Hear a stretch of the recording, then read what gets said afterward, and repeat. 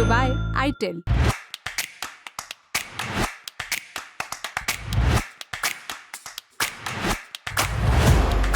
नमस्कार, मेरा नाम उपासना है और आप देख रहे हैं द लंदन टॉप का डेली फाइनेंशियल बुलेटिन खर्चा पानी। अक्टूबर का महीना करीब करीब खत्म होने वाला है, नवंबर की शुरुआत होने वाली है। इस महीने आपके काम के कई वित्तीय बदलाव होने वाले हैं। इन बदलावों का असर सीधा सीधा आपकी जेब पर पड़ेगा। इनमें एलपीजी गैस के दाम, क्रेडिट कार्ड के नियमों में बदलाव, बैंकों में होने वाली छुट्टियों की लिस्ट और म्यूचुअल फंड के नियमों में बदलाव जैसी चीजें शामिल हैं। इसमें से कई बदलाव ऐसे हैं जो कि नवंबर की पहली तारीख से ही लागू हो जाएंगे। इसलिए आज के एपिसोड में हम आपको बताने जा रहे हैं कि नवंबर महीने में कौन से 6 बड़े बदलाव होने जा रहे हैं। शुरू करते हैं। सबसे पहले बात करते हैं म्यूचुअल फंड नियमों में होने वाले बदलाव की। मार्केट रेगुलेटर सेबी ने म्यूचुअल फंड में इनसाइडर ट्रेडिंग के नियमों को सख्त करने की तैयारी कर ली है। नए नियम के मुताबिक अब एसेट मैनेजमेंट कंपनियां यानी एएमसीज के फंड में नॉमिनी और उनके करीबी रिश्तेदारों की ओर से किए गए 15 लाख रुपए से ज्यादा के ट्रांजैक्शन की जानकारी अनुपालन अधिकारी को देनी होगी। ये नया नियम 1 नवंबर से लागू हो जाएगा। अगले महीने होने वाले दूसरे जरूरी बदलाव की बात करें तो स्टेट बैंक ऑफ इंडिया की क्रेडिट कार्ड का बिजनेस करने वाली सहयोगी कंपनी एसबीआई कार्ड 1 नवंबर से एक बड़ा बदलाव लागू करने जा रही है। एसबीआई कार्ड ने अपने क्रेडिट कार्ड के जरिए यूटिलिटी बिल पेमेंट्स और फाइनेंस चार्जेस को लेकर कई बदलाव किए हैं। नए नियमों के मुताबिक 1 नवंबर से अनसिक्योर्ड एसबीआई क्रेडिट कार्ड पर हर महीने फाइनेंस चार्ज के तौर पर 4.25% का भुगतान करना होगा। इसके अलावा बिजली, पानी, एलपीजी गैस समेत दूसरी जरूरत से जुड़ी सेवाओं के लिए 50,000 रुपए से ज्यादा का पेमेंट करते हैं तो 1% का एक्स्ट्रा चार्ज देना होगा। आईसीआईसीआई बैंक ने भी अपने क्रेडिट कार्ड रिवॉर्ड प्रोग्राम में कुछ बड़े बदलावों की घोषणा की है। ये बदलाव 15 नवंबर 2024 से लागू होंगे।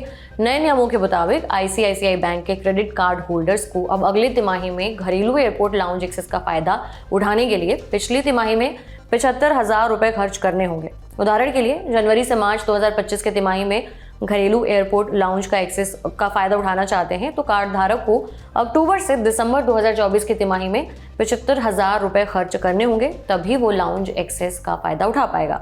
इससे पहले लाउंज एक्सेस के लिए खर्च की राशि में एक तिमाही में 35,000 रुपए की ये सीमा थी। ये खर्च राशि अप्रैल 2024 से प्रभावी थी। 1 नवंबर से जब आपका यूपीआई लाइट बैलेंस एक निश्चित सीमा से कम हो जाएगा तो उसे अपने आप रीलोड किया जा सकेगा। ये सुविधा नए UPI light auto top up feature की बदौलत संभव हो पाएगी। इससे मैनुअल टॉपअप की जरूरत नहीं होगी। इसे यूनिफाइड पेमेंट्स इंटरफेस यानी यूपीआई लाइट के जरिए बिना किसी रुकावट के डिजिटल ट्रांजैक्शन हो पाएगा। भारतीय रिजर्व बैंक ने भी हाल ही में यूपीआई लाइट की ट्रांजैक्शन सीमा बढ़ा दी है। उदाहरण के लिए आप जल्द ही यूपीआई लाइट पर न्यूनतम बैलेंस भी सेट कर सकते हैं। मान लीजिए आपने अपना मिनिमम बैलेंस 100 रुपये सेट कर लिया। ऐसे में जब भी आपका बैलेंस इस सीमा से कम होगा, आपके यूपीआई लाइट वॉलेट में आपके लिंक किए गए बैंक खाते से एक निश्चित राशि अपने आप रीलोड हो जाएगी। बता दें कि यूपीआई लाइट एक ऐसा वॉलेट है जो यूपीआई पिन का इस्तेमाल किए बिना यूजर्स को छोटे मूल्य की ट्रांजैक्शन करने की अनुमति देता है। अगले महीने की 1 तारीख को आपके काम का एक और बड़ा बदलाव ईंधन की कीमतों को लेकर देखने को मिल सकता है। जैसा कि आमतौर पर हर महीने की पहली तारीख को तेल और गैस कंपनियां अपने ईंधन की कीमतों में बदलाव का ऐलान करती हैं। इसे देखते हुए इस बार 14 किलोग्राम वाले घरेलू गैस सिलेंडर के दाम भी घटने की उम्मीद है। कमर्शियल गैस सिलेंडर की बात करें तो तेल कंपनियों ने 19 किलो वाले एलपीजी सिलेंडर की कीमत जुलाई में घटाई थी, लेकिन उसके बाद से लगातार 3 महीने से इसमें बढ़ोतरी हो रही है। 1 अक्टूबर को कमर्शियल सिलेंडर के दाम 48 रुपये 50 पैसे बढ़े थे। इसके चलते दिल्ली समेत देश भर में पिछले 3 महीनों में कमर्शियल गैस सिलेंडर के दाम करीबन 94 रुपये बढ़ चुके हैं। गैस सिलेंडर के अलावा तेल कंपनियां सीएनजी और पीएनजी की कीमतों को लेकर भी बड़ा ऐलान कर सकती हैं। 1 नवंबर से होने वाले बड़े बदलाव की लिस्ट में एक और बदलाव टेलीकॉम सेक्टर से जुड़ा है। सरकार ने जियो टेलीकॉम और भारतीय एयरटेल समेत सभी टेलीकॉम कंपनियों को मैसेज ट्रेसेबिलिटी लागू करने का आदेश दिया है। पहली तारीख से ये नए नियम लागू हो सकते हैं। इसके तहत टेलीकॉम कंपनियों को आदेश दिया गया है कि टेलीकॉम कंपनियां स्पैम नंबर्स को ब्लॉक कर दें। ऐसे में कंपनियां अपने सिम यूजर्स तक मैसेज पहुंचने से पहले ही मैसेज को स्पैम लिस्ट में डालकर इस तरह की कॉल्स करने वाले नंबरों को ब्लॉक कर सकेंगी। नवंबर में कई त्योहार भी हैं। इसके अलावा विधानसभा चुनाव के कारण कई इलाकों में बैंकों में छुट्टियां भी रहेंगी। आरबीआई के आदेश के मुताबिक नवंबर महीने में टोटल 13 दिनों तक बैंक बंद रहेंगे। हालांकि बैंकों में ये छुट्टियां अलग अलग इलाकों में अलग अलग दिन पर होंगी, मतलब पूरे देश भर में मिला के बैंक टोटल 13 दिन नवंबर में बंद रहेंगे। ऐसे में जब भी आप बैंक से जुड़ा कोई काम करने जाएं या ब्रांच जाने से पहले बैंकों की छुट्टियों की लिस्ट जरूर देख लें।